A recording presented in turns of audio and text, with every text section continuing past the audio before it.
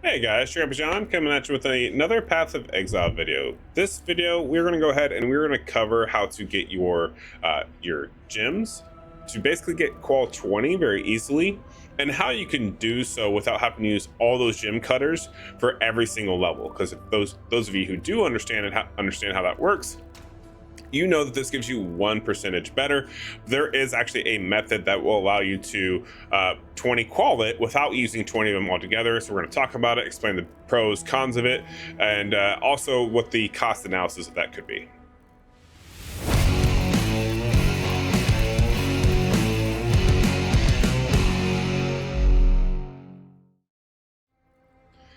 Okay, so it's no surprise, especially for people who know Path of Exile well, and also for those that are new to the game. I'm sure at some point you've kind of figured out that you could get quality on your gems you're utilizing. Generally speaking, most of the time you focus on primarily getting the main gem that you're using to qual 20, and then get some of the better support ones that modify it. What happens when you use quality on a gem? Essentially, your stats will change. So for example, let's go buy an explosive arrow real quick, and I'll just show you what the difference is between a higher qual and a lower qual, because I did not get that prepped up. My bad. Explosive arrow. Where would that be? Explosive trap, detonate dead, explosive arrow. Okay. So anyways, if we come back over here and we look, so you'll see here that this is that one, and then this is my better one. So notice that the effect here. So notice this says base duration is 1 second. Explosion deals 50% less best damage.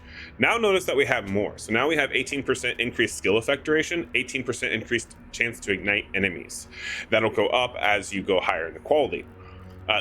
There will be other slight modifiers that'll happen, and that'll kind of what all the gems will do. So not every gem will be the same. Some gems, when you do qual them, will not actually net you anything that you were looking for.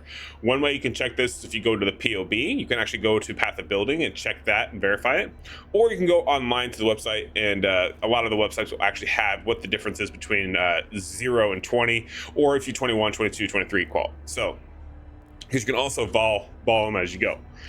So let's go ahead and let's show you that method that I was talking about, and then we'll talk about, is it worth it, and what ones should you do this on and which ones shouldn't you do this on. So I'm going to go ahead, and what I'm going to do is I'm going to start with my Malevolence gem. So I'm going to pull it out of here. I'm going to grab one gem cutters over here. So these two right here is going to make this one, which is at 0% quality, 20% quality. So what you're going to do is you're going to come over here to the vendor. Hello. And you're just going to vendor it. So notice that when you try to sell them, right, it gives you back an item. Don't be alarmed. You are getting back the same gem. The difference is this will no longer be level 20, but it'll be quality 20. All right, so why do we do this? So the reason why we do this is because when we flip them around, right, what this means is this will go back to level 1. You're going to level this up quickly, because at this point in the game, I'm level 90 at this point, and I'm going to keep farming higher and higher tier maps. Right now, I can drop down to say tier 10, tier 11 maps and run them all day long very easily, because of all my gear at this point. So now is the best time to go ahead and reinvest into my gems, so then all my damage will go up higher, and eventually I'll be able to creep up until I'm doing tier 16s like it's nobody's business. So you will notice that it does look like you lose something when you do this. So notice if you look at this one here, it says plus 19 to radius. It also says 20% more damage over time, 19% increased skill effect duration. However, when you look at the new one, you're going to notice that the stats are lower, right? So notice that the 14% more damage over time, 10% increased skill effect duration. That's because it's level 1. So as it levels, it also grows in stats, right? So as you get to level 20, you're going to higher stats. This is the risk side of this, is notice that you're losing 6% damage over time, and you're losing 9% increased skill effect duration, which means it won't last as long when you place your totems, in my case, for explosive arrow.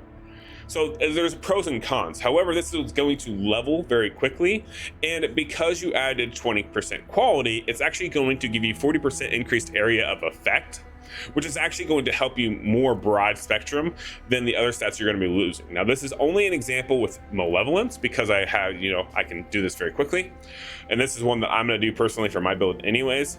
But definitely keep that in mind when you're trying to decide on what you want to do and what makes the most sense, because not all of them make the most sense. So for example, malevolence I only use when I'm bossing. So because I only use it when I'm bossing, what that allows me to do is go ahead and re-roll that, so to speak.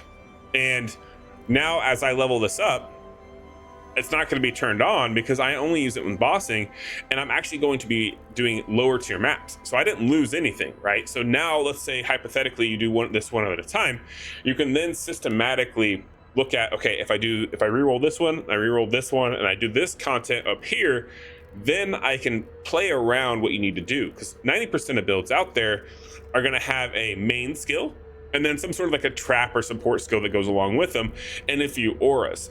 In my case, as an explosive arrow, I'm going to toggle malevolence on and off for bossing.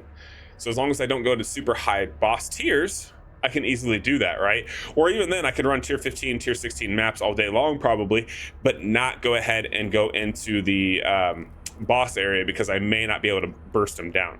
So those are the kind of thoughts that you need to have when you want to figure this out.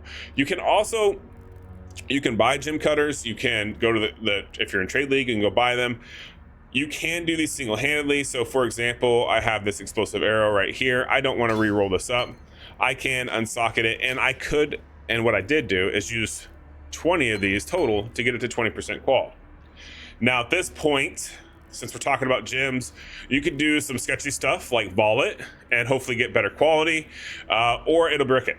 So, and actually it's one of those situations where what I would typically do is I would look on the trade site and see, okay, well, what makes sense here? So if I go to explosive arrow, what would it cost me to replace it? So if I look at it right now on my other screen, it'll cost me 16 chaos to replace it if I corrupt this and I don't get additional quality. So now that this is 20% quality and level 20, right? So this is 20% quality and level 20, unlike the malevolence, because I didn't use my gem trick for this particular one because it's my main skill.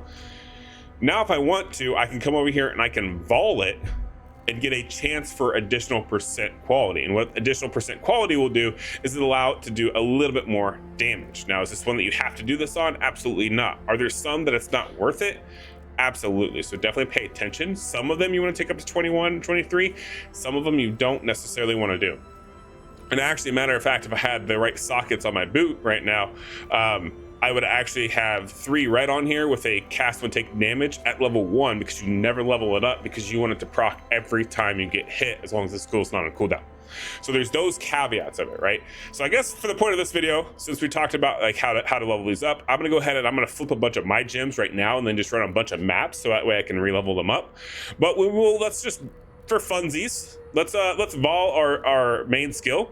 And for those of you who aren't Path of Exile players, maybe you're from Diablo 4, maybe you're from Last Epoch, basically what we're going to do here is we have a good piece of gear, but then you can vol it, which gives you an opportunity to get an extra percentage of quality. And typically using a vol orb on any piece of gear has some sort of very, very positive effect, or it'll absolutely tank it and make it dog water. In this case, this is going to either lock us into we can't modify this gem, or we're gonna get higher quality. So let's see what we get. It'll probably stay at 20%, but you never know, you may get lucky. See, and right there, so we now have a 10% quality. So what happened? We evolved it. So now, instead of the 10 that we were at, now we're down, or 20, sorry, now we're down at 10. So this is a sad day. At this point, I'm gonna go buy another one for 16C. That's why I looked it up. And that's why sometimes voling these is not necessarily the best thing to do. But yeah, that's gonna do it for this video. Hopefully you guys enjoyed it. Hopefully this helped you guys do your own vol tricks, and definitely pay attention to which ones you're utilizing, and also so that way you don't always have to forget so many gem cutters. I do know at the start of leagues they're a little rare, at the end of leagues you kind of forget about them, and it's just one of those things where it can fall through the cracks. So flipping them very quickly is definitely always helpful, and will definitely save a lot of time and effort later on down the road.